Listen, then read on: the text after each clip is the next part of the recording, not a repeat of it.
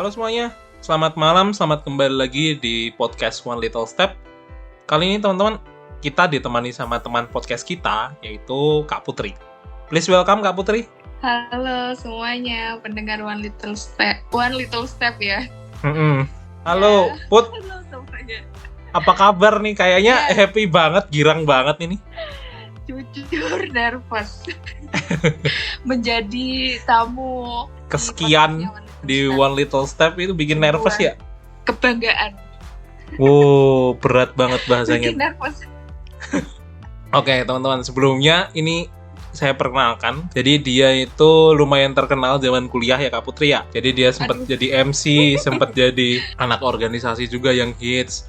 Nah, kita di sini mau ngundang, kita mau kepo-kepo. Topiknya kali ini adalah apa yang akan kamu lakukan atau apa yang telah kamu lakukan setelah kamu lulus kuliah. Itu Kak Putri topik kita hari ini.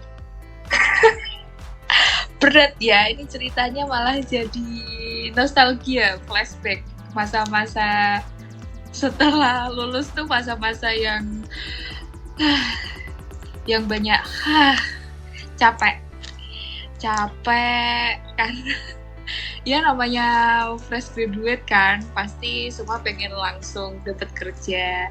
Jadi dulu aku lulus tahun 2017 sama Tony, tapi duluan Tony dulu yang lulus. Kemudian periode wisuda berikutnya tuh baru aku lulus. Oke.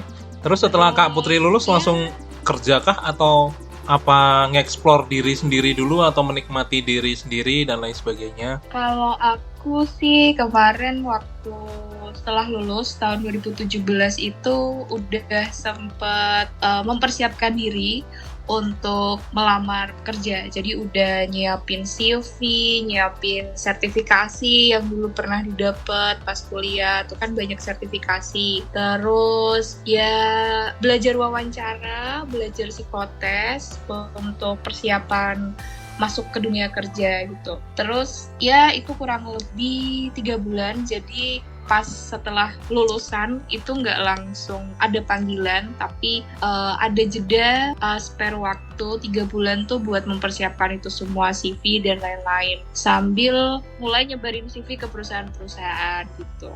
Ya ada yang disebar melalui email ke perusahaan lewat portal job yang banyak tuh kan di Google, terus ikut job fair kampus, UKSW, ikut job fair kampus sebelah. Ya banyak, justru pas momen-momen itu tuh momen-momen yang strugglingnya luar biasa buat masuk ke dunia kerja. Gitu Pak Tony.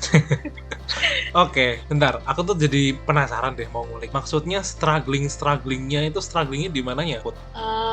Jadi kalau menurut aku perjuangan selama kuliah tuh ya sama-sama berat. Cuman lebih terasa karena ini kan kita berjuang sendiri ya, nggak bareng sama teman-teman. Kalau di perkuliahan kan kita struggling untuk dapet nilai yang bagus, untuk dapet IPK yang bagus kan ada teman bisa sharing gitu. Tapi kalau masuk dunia kerja itu kita strugglingnya sendiri-sendiri. Jadi mempersiapkan diri kita buat melamar ke perusahaan atau mau kerja di tempat favorit kita yang kita pengenin, itu tuh butuh perjuangan yang nggak main-main. Artinya semuanya harus dipersiapkan dengan matang. Kalau misalnya kita persiapannya biasa aja ya belum tentu bisa diterima gitu. Karena aku orangnya agak ambisius, jadi kepengen di perusahaan ini, pengen jadi ini, jadi aku persiapin semua matang-matang setelah lulus kuliah gitu. Strugglingnya adalah di situ. Jadi kita benar-benar gak tahu siapin CV itu harus gimana sih. Ya modal cari di Google, siapin CV yang bagus. Kemudian kalau kita ikut tes psikotes, terus interview tuh harus seperti apa. Nah itu semua tuh berjuang sendiri. Ya mungkin ada momen bisa sharing sama teman, cuman lebih kerasa ini tuh 80% harus dari usaha kita. Nggak bisa ini tuh belajar dari teman gitu. Jadi struggle-nya di situ, Ton. Oke. Itu persiapan yang kamu siapin tuh apa aja, Bud? Maksudnya apakah dari public speaking? Tapi kalau public speaking, seorang Putri kayaknya tidak diragukan untuk public speaking-nya. Oh. Apakah dari segi skill? Loh. memang Ya. tidak menutup kemungkinan loh Put. Kan memang public speaking memang bagus dan tidak menutup kemungkinan perusahaan tuh akan melihat sisi plusnya terima itu kasih. gitu loh. Tapi kalau kamu udah keluar dari kampus tuh banyak yang lebih bagus. Jadi nggak ada apa-apanya sebenarnya, apa yang kita punya tuh, skill kita yang kita udah pelajarin tuh nggak boleh sombong. Di luar sana tuh banyak yang lebih keren, banyak yang lebih bagus gitu. Jadi kalaupun di kampus kamu si jago public speaking, si jago presentasi, si jago yang lainnya gitu, jangan sombong. Di atas langit masih ada langit. Di luar sana kamu bersaing dengan ribuan fresh graduate, bahkan ribuan yang lebih berpengalaman gitu. Jadi waktu mau lamar pekerjaan tuh aku kan baca-baca, ternyata kebanyakan tuh fresh grad. Karena aku orangnya ambisius ya, balik lagi pengen langsung yang keterima kerja, yang gajinya langsung tinggi, ya itu pastilah. Kemudian yang maunya tuh secara jabatan cepet gitu ya, pasti pilihannya adalah ke manajemen trainee. Jadi manajemen trainee itu kan jalur fast track di dunia pekerjaan kalau kamu mau cepet gitu naiknya. Jadi seorang leader, jadi manajer, kemudian itu kan pasti gajinya besar. Ternyata. Oke. Bentar.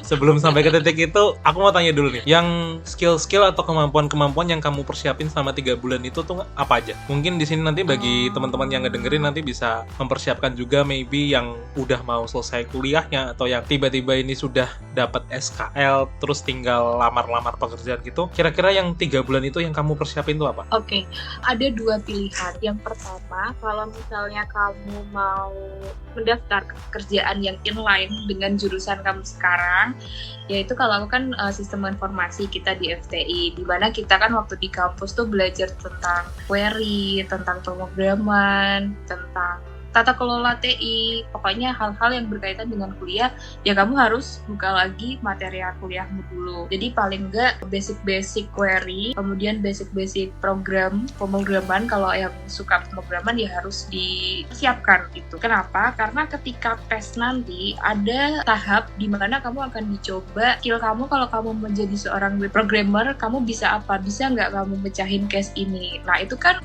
dasarnya adalah ilmunya dari ketika kita kuliah gitu. Dan di situ juga pasti ketika kamu melamar ada requirement yang bilang kamu harus menguasai SQL, menguasai Python atau Java dan lain-lain. Itu yang pertama yang harus disiapkan. Terus yang kedua, kalau misalnya kamu mau mendaftar pekerjaan atau bawa pekerjaan yang cross path dengan program studi yang sekarang lagi Jurusan kamu lah jalankan, itu ya minimal cari-cari dulu lah di Google. Kalau mau daftar marketing misalnya, mau daftar sales marketing, ya kamu harus tahu di sales marketing tuh pekerjaannya ngapain.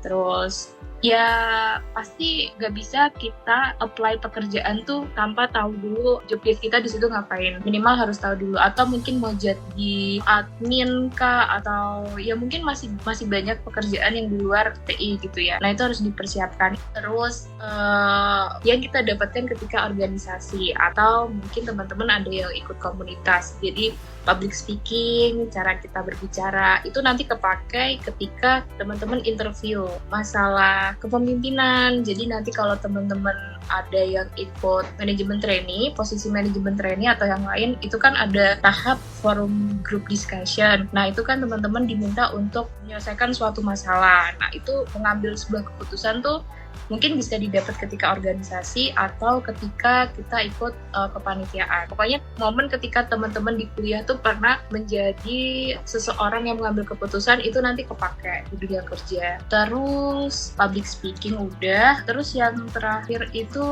bahasa. Ini bahasa sebenarnya opsional sih. Ada di beberapa perusahaan di mana kalau kamu melamar kerja tuh bahasa Inggris atau bahasa asing kamu tuh harus istilahnya harus nggak boleh biasa, jadi moderate gitu. Minimal kamu cakap bahasa Inggris tuh harus casis-cus gitu lah ya.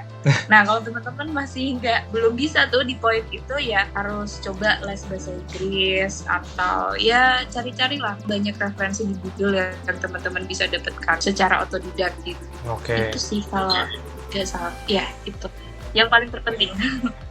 Oke, nggak apa-apa. Terus dari yang skill-skillmu itu, kamu habis punya persiapan sebanyak itu tadi 3 bulan, kamu mulai ngelamar di mana dulu, atau random aja kamu kirim semua CV, dipanggil ya ayo nggak ya udah kayak gitu atau kayak mana? Kalau aku ada listnya ya, jadi aku lamar ke perusahaan-perusahaan yang besar-besar gitu, dan itu inline ya, nggak ada yang aku nggak ngelamar ke posisi pekerjaan yang di luar jurusanku sekarang. Jadi semua berkaitan dengan sistem informasi, tapi kecuali programmer, karena aku menyadari kalau memang aku nggak bisa ahli di programmer gitu. Keahlianku adalah di bidang sistem informasi seorang analis. Nah itu aku daftar di beberapa perusahaan yang besar-besar gitu ya, kayak bank-bank, terus perusahaan IT konsultan yang udah terkenal. Nah itu yang pertama. Terus yang kedua, aku melamar ke perusahaan yang membuka lowongan untuk manajemen trainee. Jadi pokoknya yang judulnya development program atau manajemen trainee itu aku udah apply semuanya. Jadi itu kurang lebih kalau dihitung ya, kayaknya ada 30 perusahaan yang aku apply. Wow. Banyak banget. Terus dari ke-30 perusahaan itu diterima semua atau? Ya enggak lah. Ya kan maybe langsung jadi pilihan utama dari tiap perusahaan gitu. Kalau keterima sih maksudnya lolos tahapnya, iya. Jadi beberapa tuh udah lolos tahap psikotes, udah berhasil, kemudian atau mungkin udah dipanggil, ada yang udah sampai dipanggil? Iya, udah sampai dipanggil, tapi ya gagalnya di interview user gitu ya. Itu tahap akhir sebelum kesehatan kalau di perusahaan. Itu aku selalu gagal di situ. Dan ya udah, karena kenapa aku selalu gagal di interview, akhirnya aku belajar lagi tentang interview itu. Ya udahlah, berarti belum rezekinya aku melamar di 30 perusahaan itu. Oh, oke. Terus mau tanya nih, sekarang yang kamu jalanin atau pekerjaan yang kamu jalanin ini apakah termasuk dari 30 perusahaan yang kamu lamar atau di luar ekspektasi? Jujur di luar ekspektasi.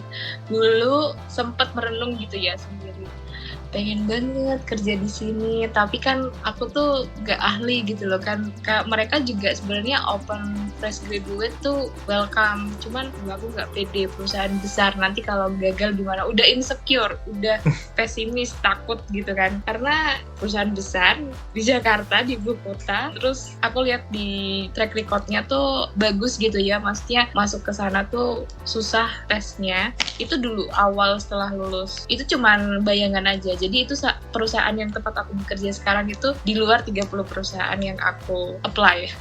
Tapi sesuai ekspektasimu atau masih di luar ekspektasi atau bagaimana? Di luar ekspektasi gimana maksudnya? Maksudnya dalam artian, oh ini nih perusahaan kayak gini nih aku cari. Oh, atau masih, oh ini belum, ini aku harus nimba ilmu di sini dulu, nanti aku cari perusahaan lain lagi atau gimana? Kalau secara pekerjaan, itu udah aku sesuai. udah cocok, udah sesuai, udah nyaman gitu. Oke. Emang pekerjaanmu sekarang apa? Bisnis analis. Oke. Jadi, kalau kita di kampus dulu itu kan di sistem informasi selalu cerita nanti lulusan sistem informasi bakal jadi bisnis analis. Tapi ternyata setelah kerja di dunia kerja tuh sebutannya banyak, gak cuman bisnis analis, bisa sebagai functional consultant atau konsultan IT atau bisnis proses analis gitu, macam-macam sebutannya. Cuman intinya sama, mereka main job desk-nya adalah menganalisis suatu aplikasi untuk dipakai oleh user gitu. Oke. Terus untuk perusahaannya boleh di-spill atau nggak boleh di-spill nih?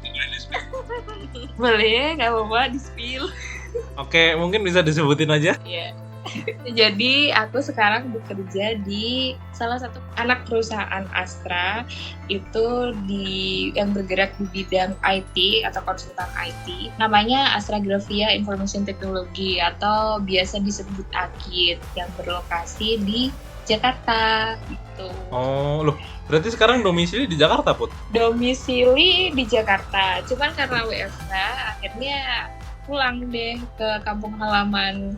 Oke. Tapi nggak menutup kemungkinan ya nanti suatu saat tetap balik lagi ke sana lagi kan? Iya, pasti sih kayaknya. Cuman nggak tahu, nanti kita lihat ke depannya ya. Untuk kasus corona ini bakal kayak gimana. Oke. Back to the topic. Ini kan udah semisal dreamnya seorang putri itu tuh kan udah tercapai nih. Maksudnya jadi bisnis analis di perusahaan yang mungkin bisa dibilang udah sesuai dengan keinginannya putri gitu, meskipun tidak termasuk dalam 30 list perusahaan, tapi di luar expect bisa masuk ya Put ya? Iya, ya itu kuasa Tuhan sih semuanya. Oke, tapi mau tanya juga, sebelum kamu ada di perusahaanmu yang sekarang dan sebelum jadi job yang sudah kamu impikan ini, itu adakah struggle yang di sebelum-sebelumnya gitu? Maksudnya apa tiba-tiba pernah menyerah di tengah jalan atau apa dan sebagainya? Ada. Wow, kita yang anak IT gitu ya, tidak terbiasa dengan dunia kerja. Bukan tidak terbiasa, memang kita tidak pernah ada kesempatan gitu untuk PKL ketika kita kuliah tuh nggak ada tahu dunia kerja gimana. Jadi itu benar-benar baru banget nyemplung ke manajemen trainee di lingkungan manufaktur di pabrik. Nah itu manajemen trainee aku nggak lolos probation. Kalau manajemen trainee itu kan ada masa percobaannya ya. Jadi istilahnya kayak di ospek dulu gitulah kalau masuk kuliah. Oke. Nah itu posisi manajemen trainee itu kan probationnya kita disuruh membuat sebuah project atau sebuah ide gitu untuk perusahaan tersebut. Apa yang ingin kamu berikan ke perusahaan, kamu harus membuat apa, menyediakan ide apa gitu.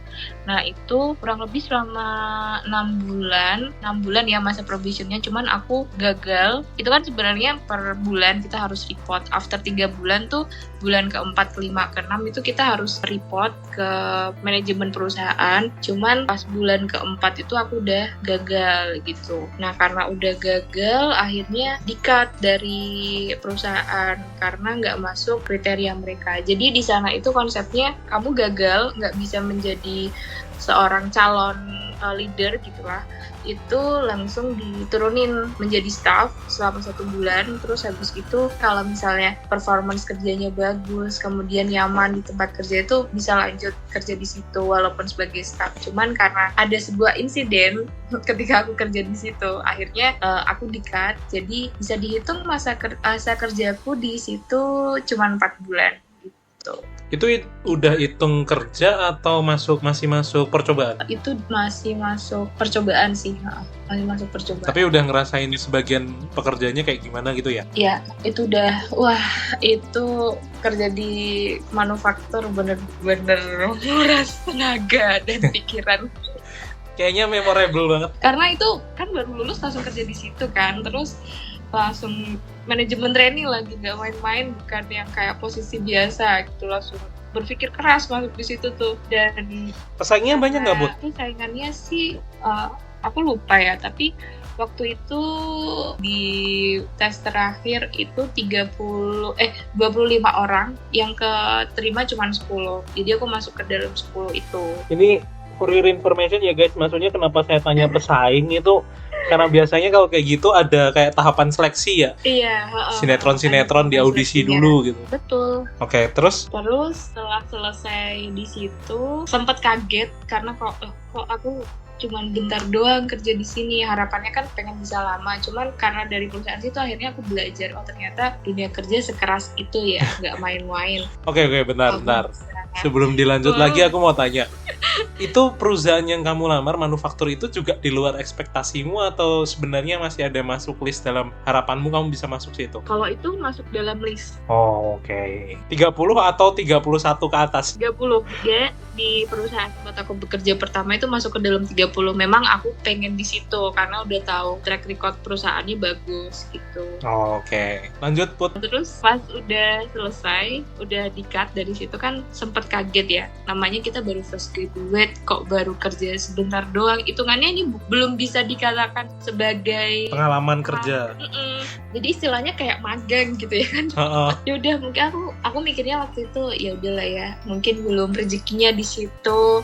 Mungkin memang beginilah dunia kerja yang ya memang sih bener kalau kata kakak angkatan dulu, kalau dunia kerja tuh keras. Apa yang kita pelajarin selama kuliah tuh cuman 0,1%.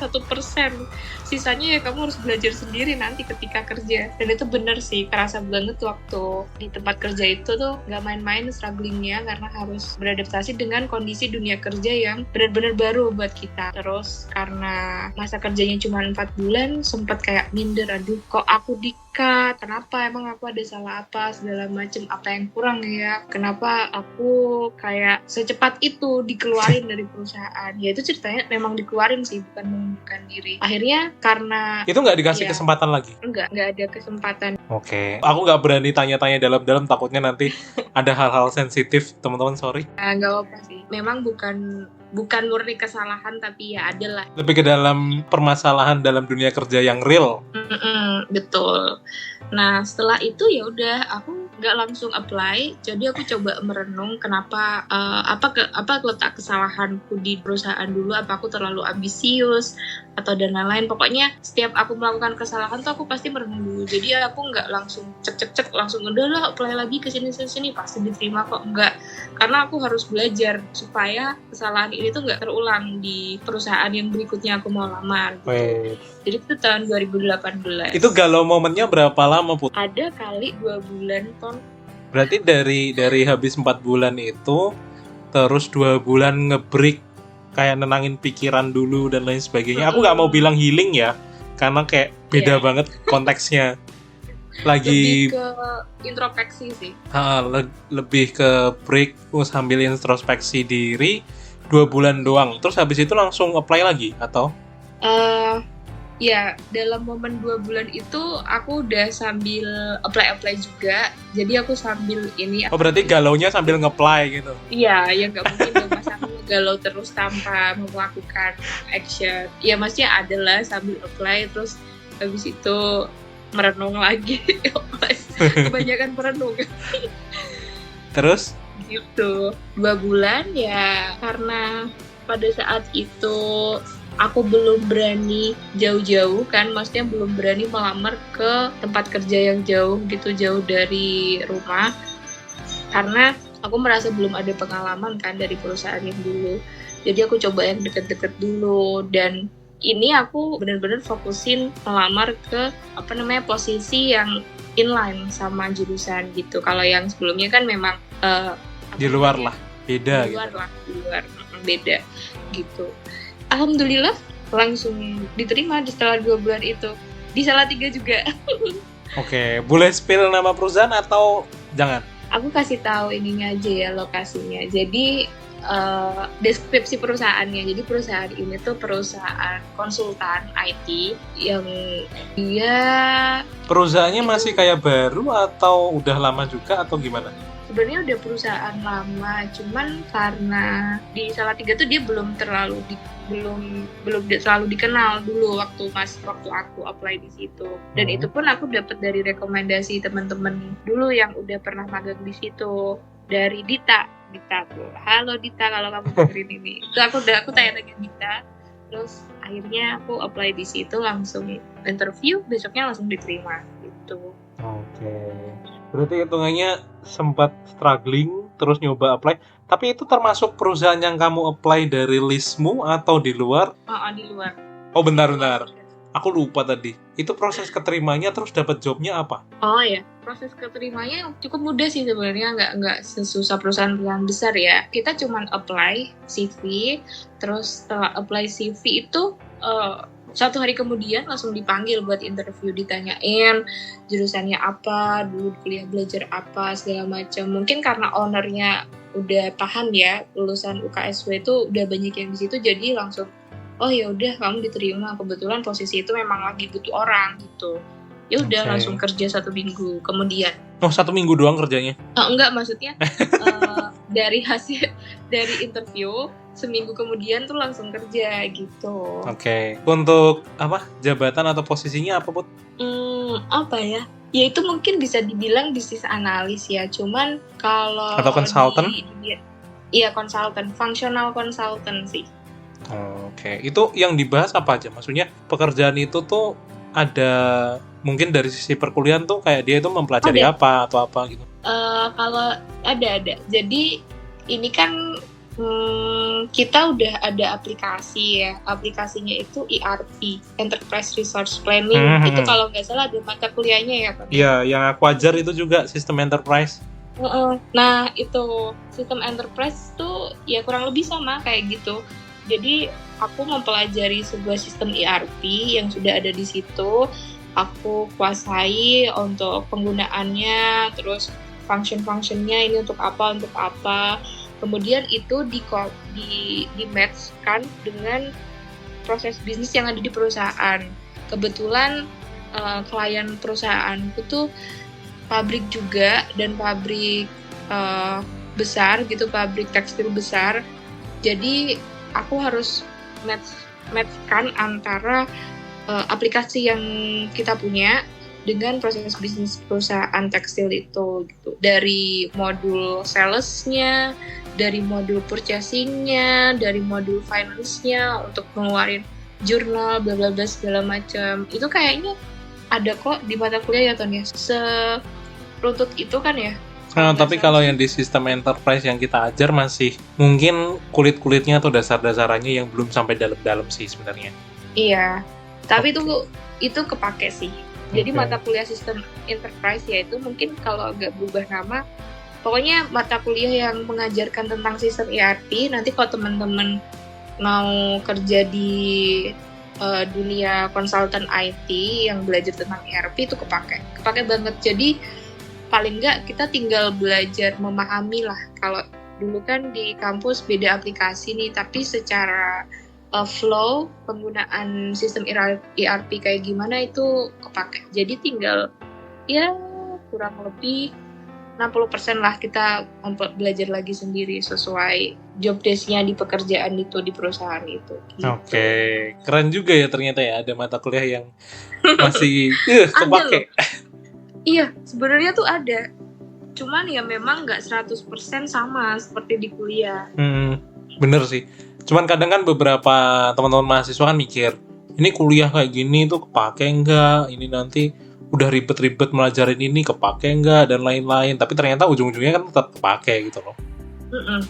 Sebenarnya tuh yang kalau di sistem informasi itu mungkin kalau sekarang eranya adalah era codingers gitu. Masalah pemrograman. Jadi kalau dulu di kuliah ada pembelajaran itu ya harus benar-benar diikutin, nggak bisa kayak cuman masuk kuliah terus ikut tes, terus nanti kalau ada tugas nyontek itu jangan sia-sia, benar-benar berapa tuh 3 SKS atau 4 SKS itu coba deh kuasain, paling enggak ya 50% dari isi kuliah itu teman-teman tahu. Jadi biar paling enggak melekat gitu di otak, aku dulu belajar ini, dasar-dasarnya kayak query gitu kan, query dasar tuh select, update view segala macam pemrograman web sama ini ya database ya. Tapi itu dua itu benar-benar kepake semuanya. Itu tadi kamu kerja di bagian perusahaan yang kita tidak sebut namanya ini tadi, udah masuk nih, kan udah pegang ERP, jadi seorang functional consultant. Itu berapa lama? 1 tahun. 1 tahun, cepet banget. Jadi di tahun 2018 bulan November sampai 2019 bulan November. Oke, itu bulan Oktober, sorry. Di situ terus. Di situ kamu 1 tahun itu apakah karena memang kontraknya habis? Kan biasanya di dunia kerja kan ada yang pakai kontrak-kontrakan kayak gitu, atau mungkin karena ada sisi pengen mencoba yang lainnya atau kayak mana? Oke. Jadi kayaknya rada sensitif ya Put ya pertanyaannya. Enggak, kalau yang ini enggak ya sensitif itu yang tadi itu. Oke. Kalau ini karena menjawab rasa penasaran gitu ya, gimana rasanya kerja di posisi yang inline dengan jurusan gitu. Terus setelah masuk, aku udah mulai adaptasi dengan sistemnya, adaptasi dengan cara kerja di perusahaan itu gimana. Kemudian apa aja job deskku di situ, dan ya udah akhirnya sebenarnya nggak mentargetkan aku mau 1 tahun di sini, nggak. Cuman seiring berjalannya waktu aku berpikir kayak mungkin waktu 1 tahun adalah waktu yang cukup untuk aku kerja di sini. Kalau aku pernah baca tuh kalau kamu bekerja itu bisa dihitung sebagai pengalaman kalau udah 1 tahun. Jadinya ya udah aku mentargetkan 1 tahun kerja di situ tuh. Oke. Terus selepas dari situ, ceritanya gimana bisa langsung pindah atau apply ke perusahaan yang baru ini? Atau perusahaan yang keberapa sih? Atau perusahaan udah habis dari 1 tahun pengalaman langsung ke perusahaanmu yang baru atau kayak mana? Berarti ini tempat aku kerja sekarang adalah perusahaan ketiga tempat aku kerja sejak lulus. Oke. Terus berarti hitungannya dari pekerjaanmu yang 1 tahun tadi, kamu resign, terus langsung apply atau udah apply dulu ke sana atau kayak mana? Jadi waktu itu udah pas 1 tahun kerja baru aku mulai apply ke perusahaan yang sekarang. Itu dapat bentar sambil aku jadi penanya aktif ya ini ya. Itu itu aku jadi penasaran. Itu tuh kamu tuh dapat informasinya dari orang luar atau kamu cari-cari dari situs-situsnya mereka atau kayak mana? Kayak gitu? Atau dapat rekomendasi atau gimana? Dulu tuh karena aku tahu kan di perusahaan sekarang tuh ada lulusan KSW yang kerja di situ. Dulu kabitku. Oke. Masih SMF.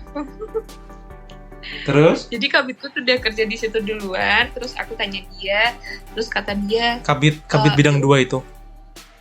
Kabit bidang 2. Ya, oke. Gak usah di-spill nama, oke, udah tahu. Gak usah di-spill, pasti dia udah tahu. Terus kata dia ada kok posisi yang sesuai jurusanmu, coba aja apply gitu. Terus aku coba apply itu waktu itu di mana ya? Lupa, kayaknya di portal atau di LinkedIn gitu. Kayaknya portal job atau LinkedIn, aku lupa antara salah satu itu. Terus aku apply, nggak lihat salary, nggak lihat job desk-nya apa, cuman posisinya sama yang perusahaanku sebelumnya tuh sama, jadi sama-sama konsultan IT gitu, functional consultant IT. Ya udah aku apply. Jadi itu bulan Oktober aku apply, terus habis itu 1 bulan di bulan November itu proses seleksinya. Jadi mulai tes, interview segala macam, Desember langsung kerja. Wah, cepet banget. Gitu. Iya, makanya aku awalnya nggak expect. Ya ini masuk ke pertanyaan kamu yang sebelumnya juga. Jadi kamu berekspekt nggak di perusahaan ini tuh bisa langsung masuk? Jujur, nggak ekspektasi ke sini. Jadi itu tiba-tiba muncul pas udah selesai kerja di tempat kerja yang setahun itu, langsung kepikiran aku apply di situ.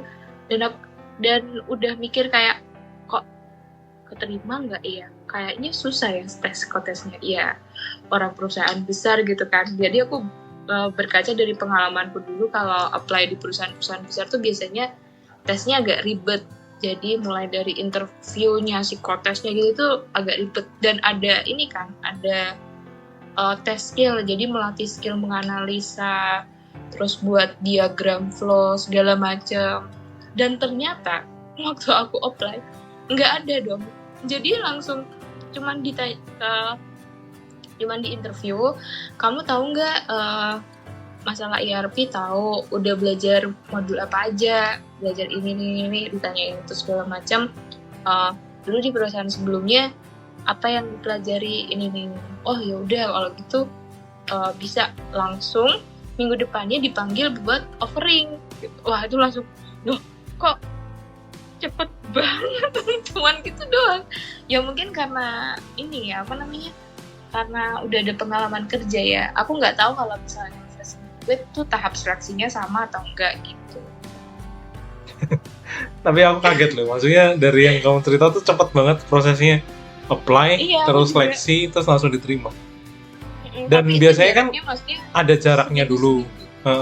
Iya, biasanya kan jaraknya lama kan, tapi itu tuh seminggu tuh semua proses seleksi selesai. Jadi aku langsung kayak, wow,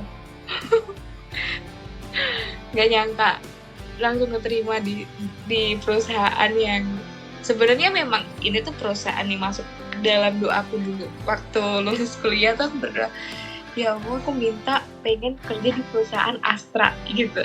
Terserah di Astra mana aja, pengen banget kerja di Astra. Dan terjawab tuh setelah 2 tahun lulus tuh langsung terjawab masuk ke kerja di salah satu perusahaan anak perusahaannya Astra gitu ceritanya. Berarti ceritanya doa yang sudah lama akhirnya terkabul ya. Iya, memang Tuhan tuh nggak langsung menjawab doa kita sih. Emang Waduh, waduh, disuruh kan. waduh. Memang kita disuruh bersabar dulu, bersusah-susah dulu, baru kan. Oh ternyata udah selesai deh usahamu, kamu bisa dapet apa yang kamu impikan gitu. Berat ya Gitu. ngobrol sama Kak Putri itu berat, tapi pengen dikepo terus. Emang kamu kepoan. Oke, oke. Back to the topic. Terus pengalaman kerjanya di sana kamu udah jalan berapa lama? Sekarang tuh udah masuk tahun ketiga. Tahun ketiga, berarti udah 3 tahun dong. Udah jalan 3 tahun. Iya. 3 tahunnya nanti akhir tahun ini Desember. Wow, cepet banget. Bukan cepet sih, ya masih lama sih, masih berapa bulan lagi. Oke. Terus pengalaman yang kamu dapat, apakah nggak jauh beda dari perusahaanmu yang sebelumnya, atau beda banget, atau gimana? Kalau pengalaman, beda sama yang sebelumnya. Kalau secara kerjaan, lebih nyaman yang di perusahaan sekarang karena semua terorganisir dengan rapi. Jadi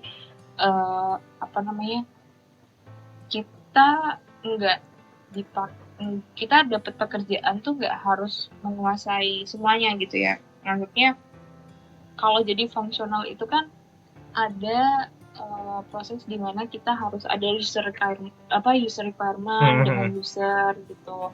Kemudian kita buat blueprint, terus buat dokumen untuk development, untuk dikasih ke programmer atau teknikal, terus ada sampai jadi sampai ada proses go live. Go live tuh artinya launching gitu ya, launching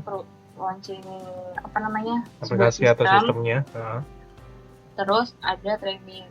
Nah, dulu di tempat aku bekerja yang 1 tahun tuh, itu aku pegang semua. Jadi dari awal sampai akhir tuh aku pegang semua. Jadi makanya cukup challenging karena benar-benar satu orang tuh memegang semua job desk itu gitu. Tapi kalau yang di perusahaan sekarang, aku dapet di posisi user requirement sampai proses go live.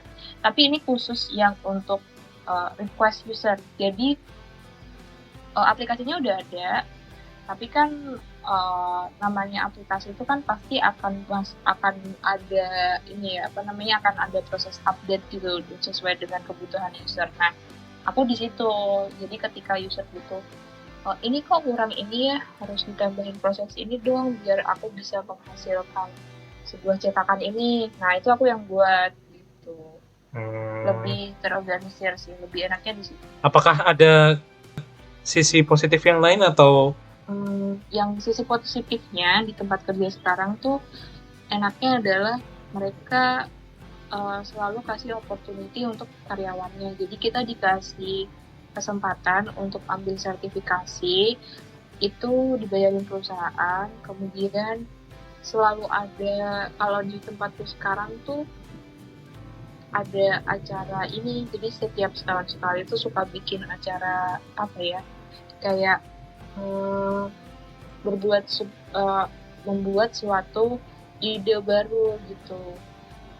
Jadi kita bukan dipaksa sih, kan disuruh ikut event itu. Jadi enaknya tuh kita nggak fokus ke kerja doang, tapi ada aktivitas lain, tapi nggak jauh dari pekerjaan sekarang. Jadi misal kalau kayak bikin ide baru tuh nggak jauh-jauh dari isu yang sering kita hadapi sehari-hari.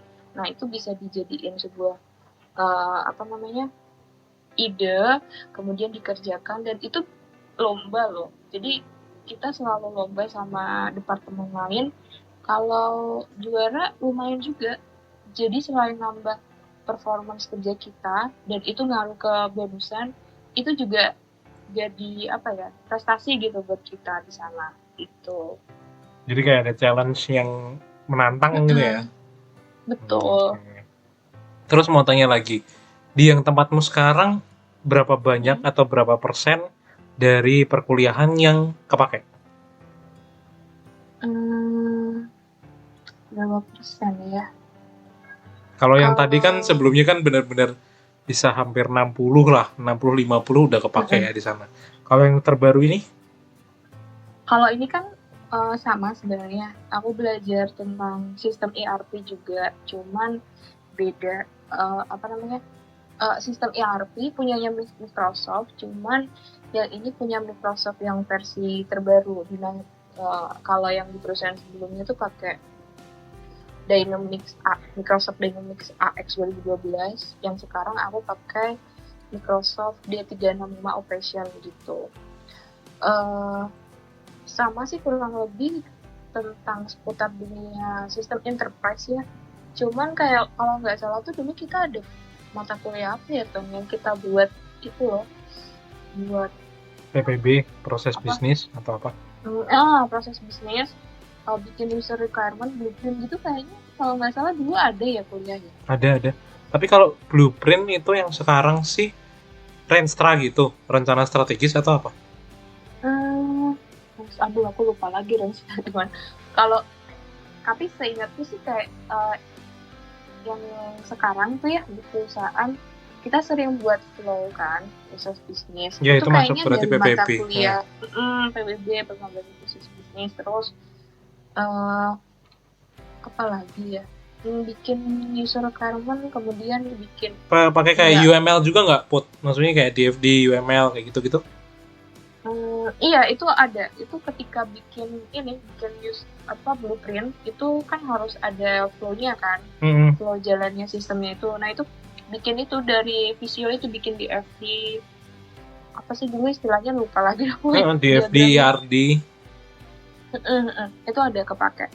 Okay. Jadi kalau kamu masuk ke dalam dunia konsultan tuh pasti nggak jauh-jauh dari itu sih. Lumayan Gitu. ternyata kalau dilihat-lihat lumayan kepake semua ya ternyata ya. Masih kepake gitu loh berapa persennya tuh.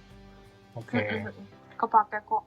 Jadi terus terus mau tanya juga dari itu kan skill yang perkuliahan. Skill yang di luar perkuliahan kayak skill di organisasi kah atau mungkin skill dalam kehidupan sehari-hari yang kepake berapa persen? Berapa persen ya? Kan mungkin seorang Putri kan public speakingnya bagus nih. Balik lagi ke awal tadi ya, public speakingnya bagus nih. Udah nggak perlu dilatih, udah bisa bersilat lidah dia pokoknya. Apa sih? Mana ada? Itu kepake nggak Put public speakingmu? Kalau dipikir ya, public speaking tuh sebenarnya itu poin utama sih untuk modal kita masuk dunia kerja, karena kita kan pasti nggak mungkin kerja sendiri kan, kita kan pasti kerja tim. Kalau kita nggak pintar berkomunikasi sama seseorang ya gimana kita mau kerja secara tim gitu. Jadi kalau public speaking tuh sebenarnya di luar kuliah tuh ya haruslah sedikit belajar caranya ngobrol sama orang, gimana mendengarkan pendapat orang segala macam gitu. Itu kepake banget karena di tempatku sekarang kan kita ketemu klien ya. Ketemu klien kan macam-macam. Pasti harus bisa ngorek informasi atau ngorek apa yang mereka butuhkan kayak gitu. Jadi kita juga harus belajar cara komunikasi dengan orang yang usianya lebih tua dari kita, karena mereka kita kerja dibayar sama mereka, jadi kita harus lebih kompatibel gitu sama mereka. Kalau mereka butuh sesuatu tuh kita harus menjelaskan.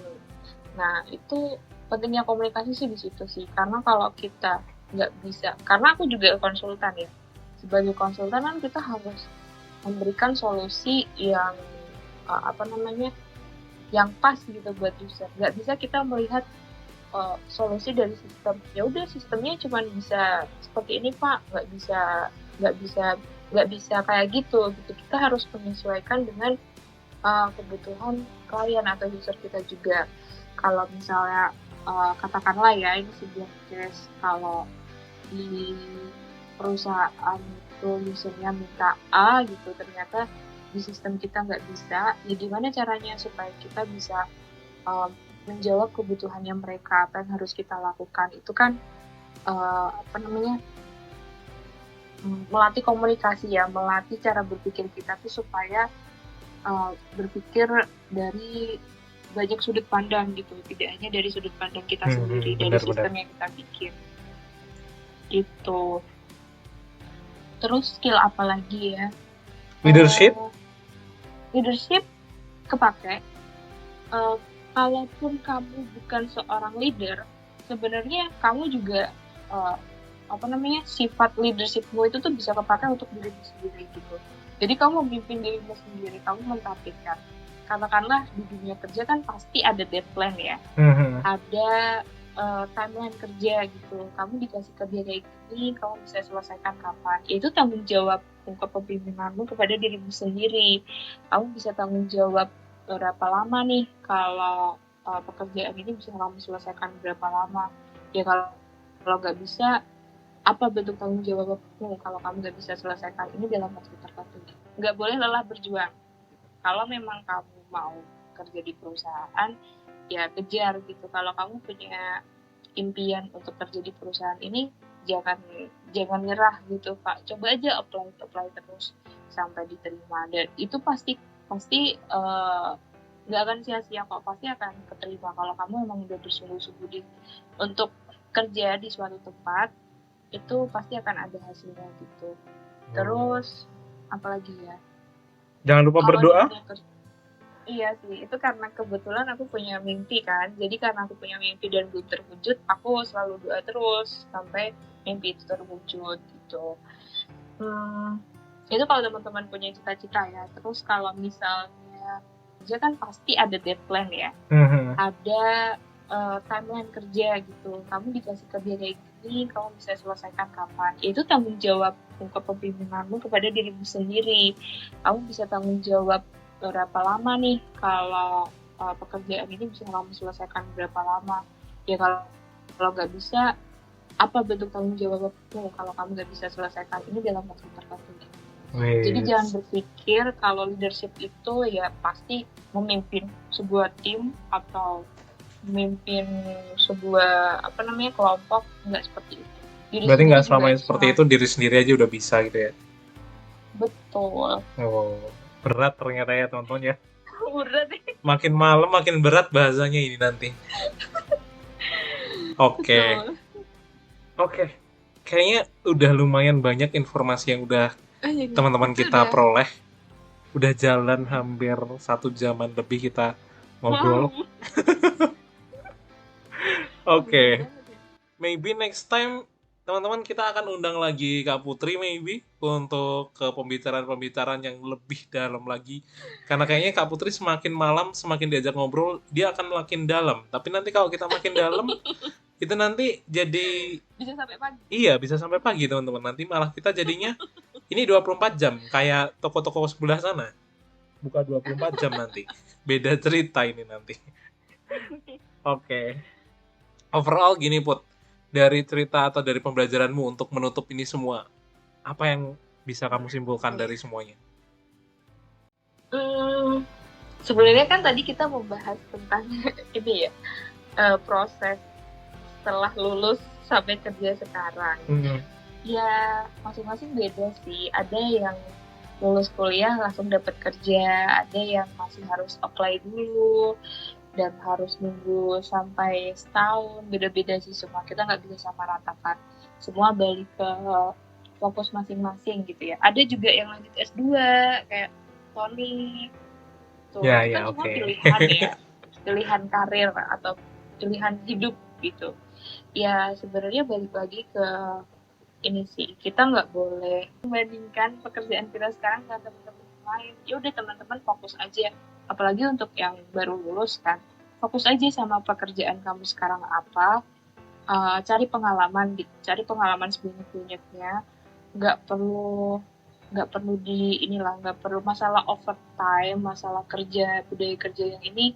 Ya pasti sebelum masuk ke perusahaan itu kamu udah harus telusuri dulu budaya kerjanya gimana.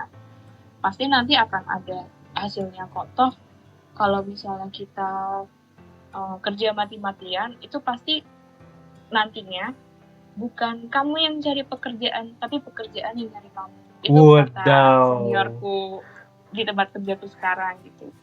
Jadi ya udah, ikhlas aja, jalanin aja pekerjaanmu sekarang, dikuasain.